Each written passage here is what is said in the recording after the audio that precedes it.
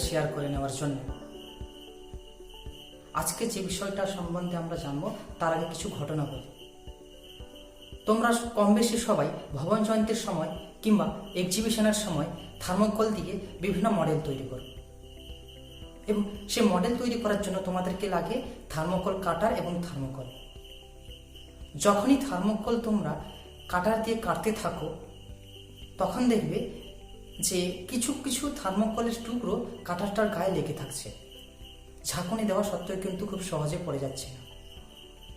কিন্তু থার্মোকল কাটার দিয়ে থার্মোকলটা কাটার আগে থার্মোকলের টুকরো কিন্তু কাটার সঙ্গে জড়ে থাকে না।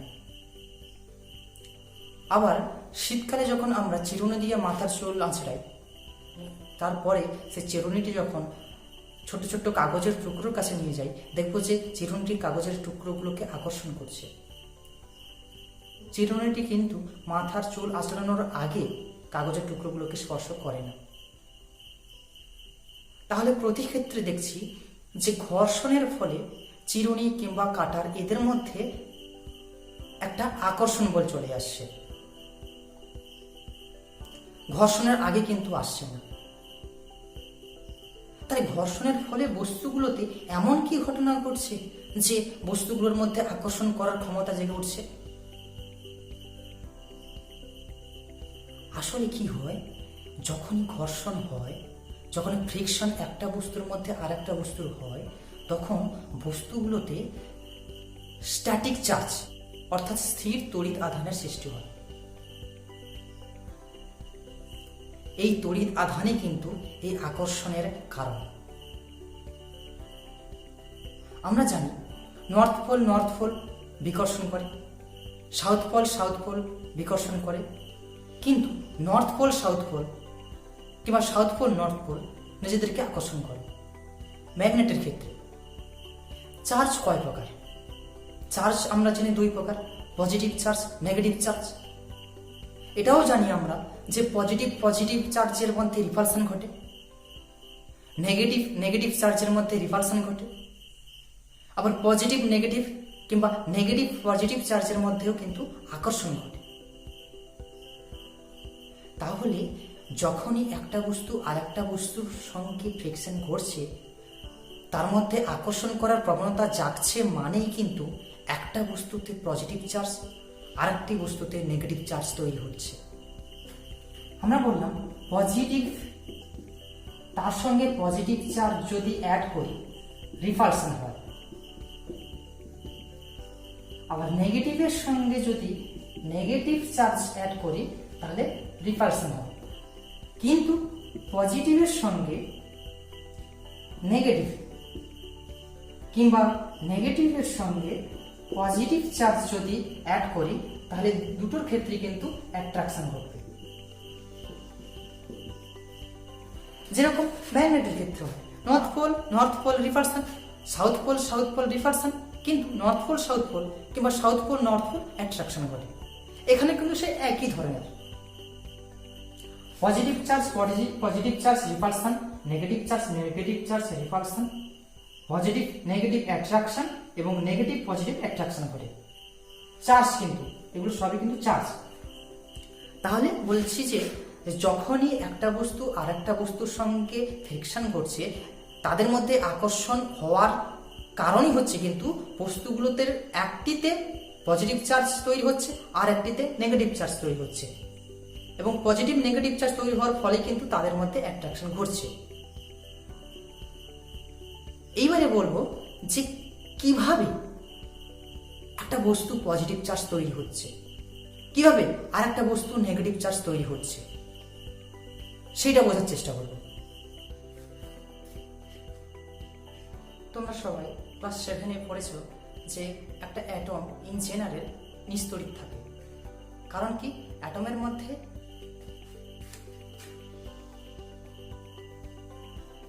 সেন্টারে নিউক্লিয়াস থাকে, নিউক্লিয়াসে থাকে হচ্ছে প্রোটন এবং নিউট্রন, এবং বাইরে হচ্ছে ইলেকট্রন ঘুরতে থাকে।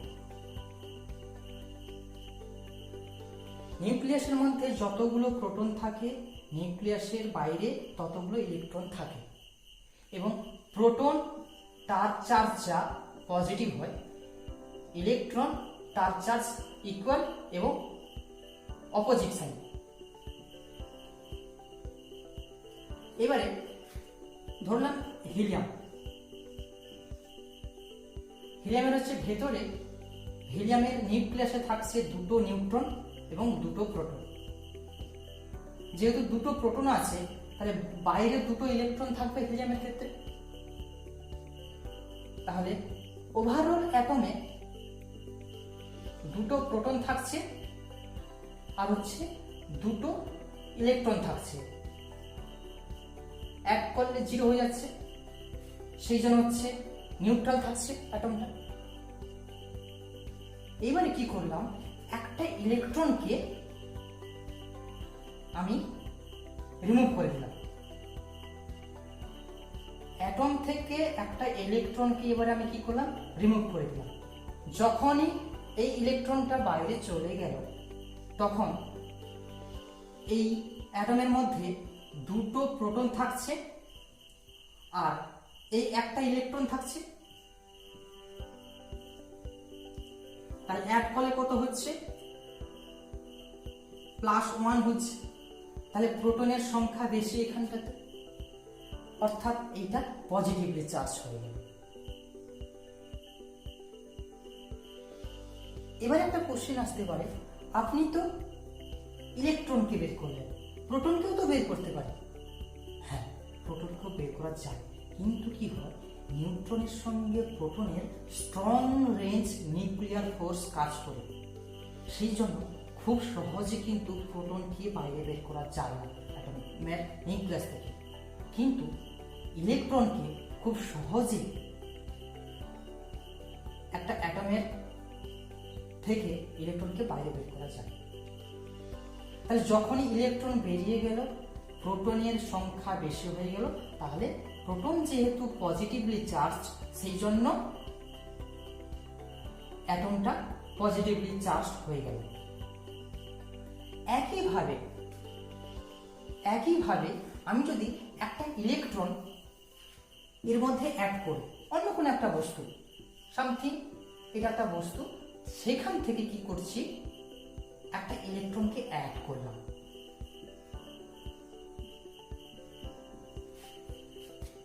তাহলে ইন জেনারেল হিলিয়াম অ্যাটমে নিউক্লিয়াসে থাকছে দুটো প্রোটন এবং নিউক্লিয়াসের বাইরে থাকছে দুটো ইলেকট্রন। যখনই বাইরে থেকে একটা ইলেকট্রনকে অ্যাড করলাম, তখন এই হিলিয়ামের মধ্যে দুটো হচ্ছে প্রোটন থাকছে এবং 3টে ইলেকট্রন থাকছে। অ্যাড করলে কত হচ্ছে, -1 হচ্ছে। তাহলে -1 মানে হচ্ছে একটা ইলেকট্রন বেশি আছে। যেহেতু ইলেকট্রনের নেগেটিভ চার্জ, সেই জন্য ওভারঅল অ্যাটমটা নেগেটিভলি চার্জ হয়ে গেল। প্রথমে ছিল নিউট্রাল, যেহেতু দুটো প্রোটন দুটো ইলেকট্রন ছিল, সেই জন্য নিউট্রাল ছিল। যখনই বাইরে থেকে একটা ইলেকট্রন অ্যাড হলো, তখন প্রোটনের তুলনায় ইলেকট্রনের সংখ্যা বেশি হয়ে গেল, সেই জন্য অ্যাটমটা নেগেটিভলি চার্জ হয়ে গেল। এই ফ্রিকশনের ফলে কি হয়, একটা বস্তু থেকে ইলেকট্রন আসে, অর্থাৎ একটা বস্তু ইলেকট্রন রিলিজ করে আর একটা বস্তু ইলেকট্রন অ্যাবজর্ব করে। এবারে কোশ্চেন হচ্ছে, কে ইলেকট্রন অ্যাবজর্ব করবে, কে ইলেকট্রন রিলিজ করবে? যেই সমস্ত অ্যাটমের ক্ষেত্রে ইলেকট্রন এবং নিউক্লিয়াসের মধ্যে আকর্ষণ বল, force of attraction between nucleus and electron, যাদের ক্ষেত্রে বেশি, তাদের ক্ষেত্রে ইলেকট্রন কি হবে, নিউক্লিয়াসকে কেন্দ্র করে ঘুরতে থাকবে। কিন্তু যাদের ক্ষেত্রে ইলেকট্রনগুলো লুজলি বাউন্ডেড, অর্থাৎ নিউক্লিয়াসের সঙ্গে ইলেকট্রনের ফোর্স অফ অ্যাট্রাকশন, অর্থাৎ নিউক্লিয়াসের সঙ্গে ইলেকট্রনের আকর্ষণ বল কম, তাদের ক্ষেত্রে ইলেকট্রনগুলো বাইরে বেরিয়ে যাবে। আরেকবার বলছি, যাদের অ্যাটমের নিউক্লিয়াস এবং ইলেকট্রনের মধ্যে ফোর্স অফ অ্যাট্রাকশন বেশি, তাদের ক্ষেত্রে ইলেকট্রনগুলো কিন্তু সহজে বাইরে বেরিয়ে যাবে না। কিন্তু যে সমস্ত অ্যাটমের ক্ষেত্রে নিউক্লিয়াসের সঙ্গে ইলেকট্রনের আকর্ষণ বলটা স্ট্রং, তাদের ক্ষেত্রে কি হবে, ইলেকট্রনগুলো এর মধ্যে কনফাইন্ড থাকবে। এই ফ্রিকশনের ফলে কিন্তু একটা বস্তু থেকে ইলেকট্রন রিলিজ হয় এবং আরেকটা বস্তুতে ইলেকট্রন অ্যাবজর্ব হয়। তাহলে যে ইলেকট্রন রিলিজ করছে তার মধ্যে প্রোটনের সংখ্যা বেশি হচ্ছে, অর্থাৎ পজিটিভলি চার্জড হয়ে যাচ্ছে, আর যে ইলেকট্রন অ্যাবজর্ব করছে তার মধ্যে ইলেকট্রনের সংখ্যা বেশি হচ্ছে প্রোটনের তুলনায়, সেই জন্য সে নেগেটিভলি চার্জ তৈরি হয়ে যাচ্ছে। এবারে আমরা জানি পজিটিভ আর নেগেটিভ চার্জের মধ্যে অ্যাট্রাকশন হয়, সেই জন্য ফ্রিকশনের পরে একটা বস্তু নেগেটিভলি চার্জ হচ্ছে আর একটা বস্তু পজিটিভলি চার্জ হচ্ছে এবং তার ফলে দুজনের মধ্যে আকর্ষণ তৈরি হচ্ছে। এইবারে আমরা জানবো কোন কোন বস্তু ইলেকট্রন রিলিজ করবে অর্থাৎ পজিটিভলি চার্জ হবে, আর কোন কোন বস্তু ইলেকট্রন অ্যাবজর্ব করবে অর্থাৎ নেগেটিভলি চার্জ হবে। সেইটার জন্য আমরা একটা ছোট্ট চার্ট দেখব। পশম, কাঁচ, কাগজ, রেশম, কাঠ, মানবদেহ, ধাতব পদার্থ, এবনাইট, গালা, অ্যাম্বার, রজন, সেলুলয়েড। এই যে টেবিলটা, এইটা কিন্তু আমাকে মনে রাখতে হবে, কেননা এই টেবিল দেখেই কিন্তু আমরা বলতে পারবো যে কোন বস্তুর সঙ্গে কোন বস্তুর ফ্রিকশন ঘটলে কোন বস্তুটা পজিটিভলি চার্জ অর্থাৎ ধনাত্মক আধানে কনভার্ট হবে এবং কোন বস্তুটা নেগেটিভ চার্জ অর্থাৎ ঋণাত্মক আধানে কনভার্ট হবে, সেটা জানতে পারবে।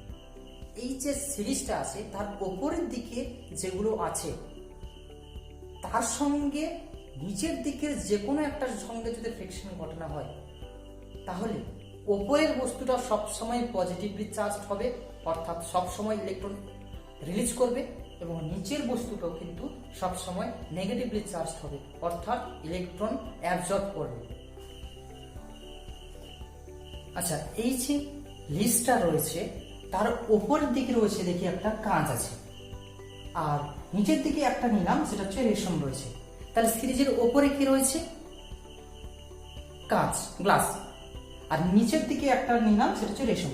তাহলে গ্লাসের সঙ্গে যদি রেশমের ফ্রিকশন ঘটানো হয়, যেহেতু কাঁচটা ওপরের দিকে রয়েছে তাহলে এটা হবে পজিটিভলি চার্জড আর রেশমটা হবে নেগেটিভলি চার্জড।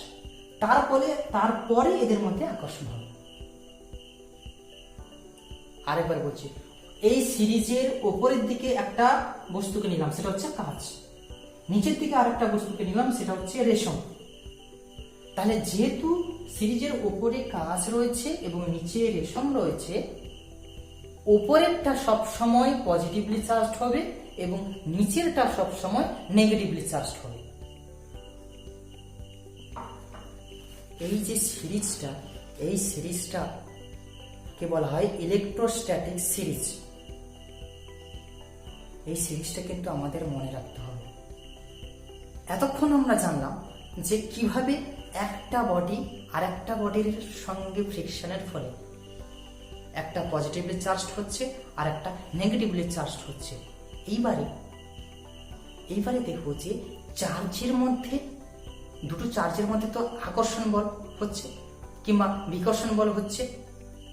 যখন সেম চার্জ হচ্ছে তাহলে তাদের মধ্যে রিপালশন হচ্ছে, আর অপোজিট চার্জ যখন হচ্ছে তাদের মধ্যে আকর্ষণ হচ্ছে।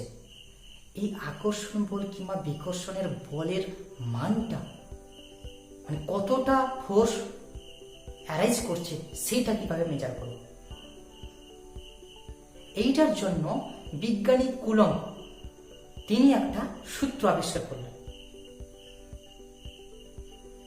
সেই সূত্রটা আমরা দেখার চেষ্টা করি।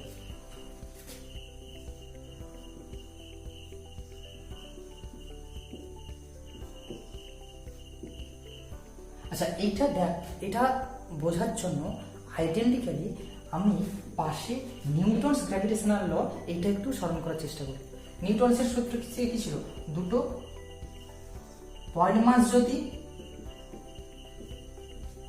একটা আর ডিস্টেন্সে থাকে তাহলে তাদের মধ্যে আকর্ষণ বল is equal to G m1 m2 by r square ছিল।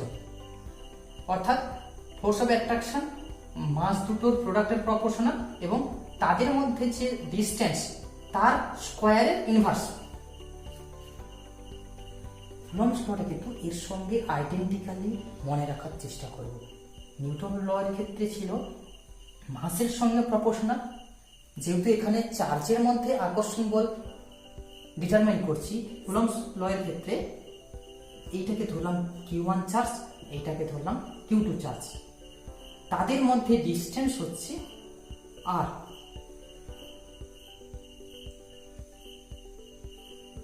সূত্রটা হলো দুটো পয়েন্ট চার্জের মধ্যে আকর্ষণ বল চার্জ দুটোর প্রোডাক্টের প্রপোর্শনাল। নিউটনের এই ল ক্ষেত্রে কি ছিল, ফোর্সটা মাস দুটোর প্রোডাক্টের প্রপোর্শনাল, আর এর ক্ষেত্রে ফোর্সটা চার্জ দুটোর প্রোডাক্টের প্রপোর্শনাল। এক্ষেত্রে কি ছিল, যে ডিস্টেন্সের স্কোয়ারের ইনভার্স ছিল ফোর্সটা। এক্ষেত্রে একই, এর প্রপোর্শনাল টু 1/r²। তাহলে এই প্রপোর্শনালিটি টার্মটাকে যদি ওড়াতে হয় তাহলে একটা কনস্ট্যান্ট আসবে, F = K Q1 Q2/r²। এইটা হচ্ছে কুলম্বস ল।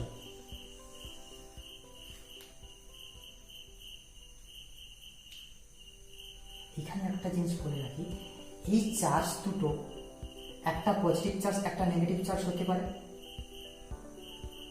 অথবা দুটোই নেগেটিভ চার্জ হতে পারে, অথবা একটা নেগেটিভ একটা পজিটিভ চার্জ হতে পারে।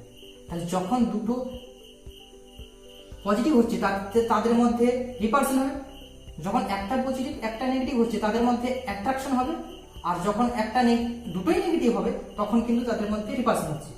এর ক্ষেত্রে অ্যাট্রাকশন রিপালশন দু ধরনেরই ফোর্স হয়, আর এর ক্ষেত্রে কিন্তু শুধুমাত্র অ্যাট্রাকশন ফোর্স হয়। তাহলে সূত্রটা হলো,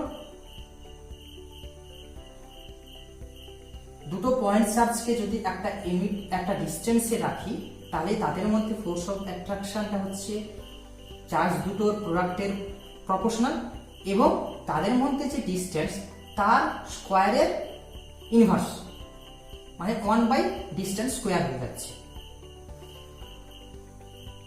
তাহলে এক্ষেত্রে কে ইউনিটটা কি হবে সেটা বের করবো। এখন কে এর ভ্যালুটা কি হবে সেটা বের করব। ইউনিট কি হবে, কে এর unit of K is equal to unit of A unit of r মানে ডিস্টেন্স তার square by unit of charge. Q1টা হচ্ছে চার্জ, Q2টাও চার্জ, তাহলে তার স্কোয়ার করে দিচ্ছি। এসআইতে কি হবে, কে এর ইউনিটটা হবে ফোর্সের এসআই ইউনিট কি নিউটন, ডিস্টেন্সের এসআই ইউনিট কি হবে মিটার স্কোয়ার, আর চার্জের এসআই ইউনিট হচ্ছে কুলম্ব, সেইটাকে সি দিয়ে ডিনোট করা হয়, যেহেতু ইউনিট অফ চার্জ তার স্কোয়ার রয়েছে সেই জন্য হচ্ছে কুলম্ব স্কোয়ার। তাহলে কে এসআই ইউনিট হচ্ছে newton metre square per coulomb square. এটা হলো কি এসআই এককে। তাহলে সিজিএস এককে কি হবে একটু দেখি।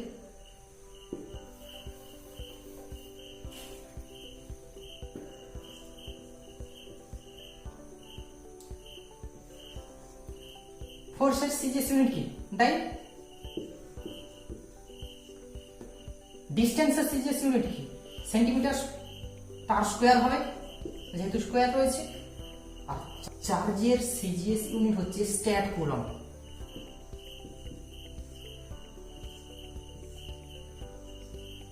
চার্জের এসআই ইউনিট হচ্ছে কুলম্ব, আর চার্জের সিজিএস ইউনিট হচ্ছে স্ট্যাট কুলম্ব। যেহেতু ইউনিট অফ চার্জ তার হোল স্কোয়ার হচ্ছে তাহলে স্ট্যাট কুলম্ব তার whole square.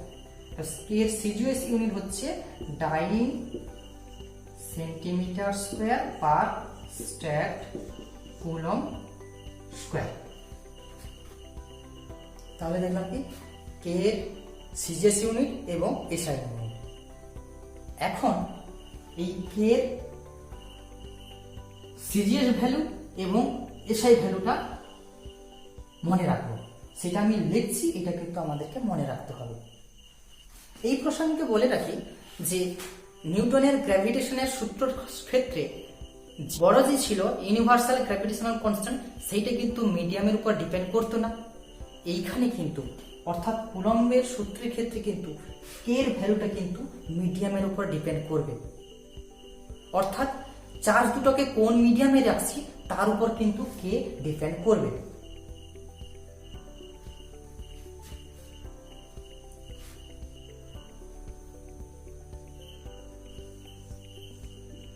SI value, K এর এসআই ভ্যালুটা হচ্ছে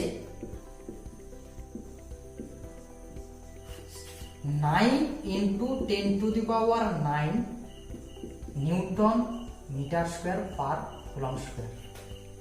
এটা কিন্তু মনে রাখতেই হবে। কে এর এসআই ভ্যালু হচ্ছে 9 × 10⁹ newton metre square per coulomb square, আর সিজিএস ভ্যালু হচ্ছে 1 dyne centimetre square per statcoulomb square. K এর এসআই ভ্যালু হচ্ছে 9 × 10⁹ newton metre square per coulomb square, আর সিজিএস ভ্যালু হচ্ছে 1 dyne centimetre square per statcoulomb square.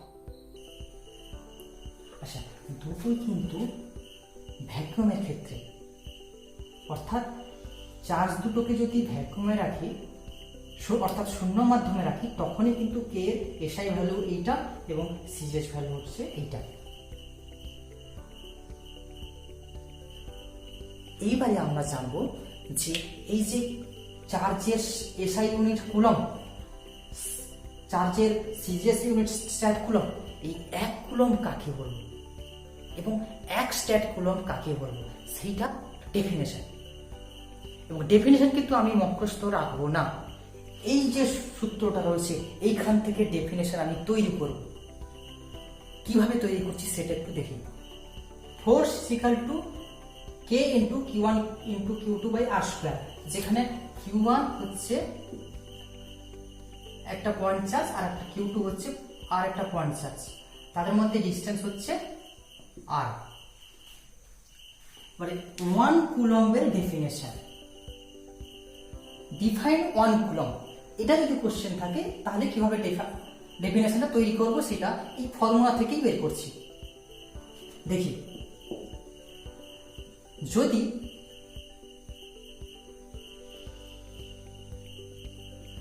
Q1 সমান Q2 সমান 1 হয়, R সমান 1 হয়,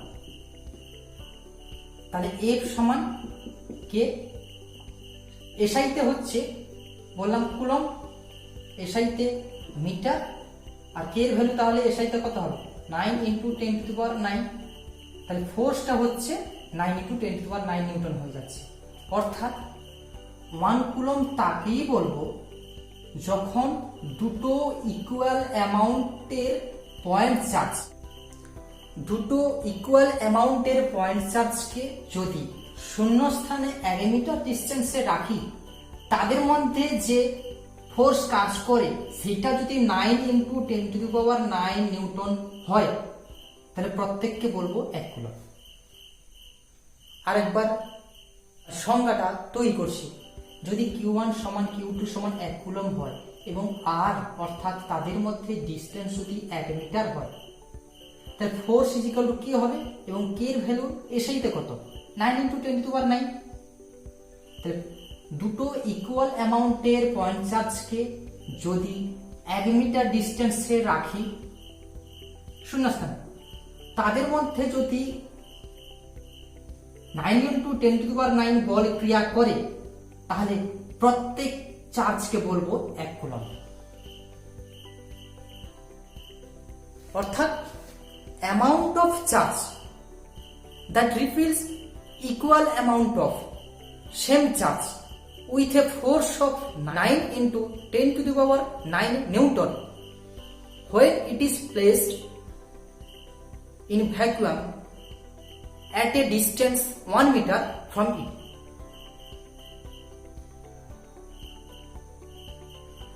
এখন জানলাম চার্জের এসআই ভ্যালু, তার ডেফিনেশন। এবারে সিজিএস, 1 স্টেট কুলম কাকে বলবো?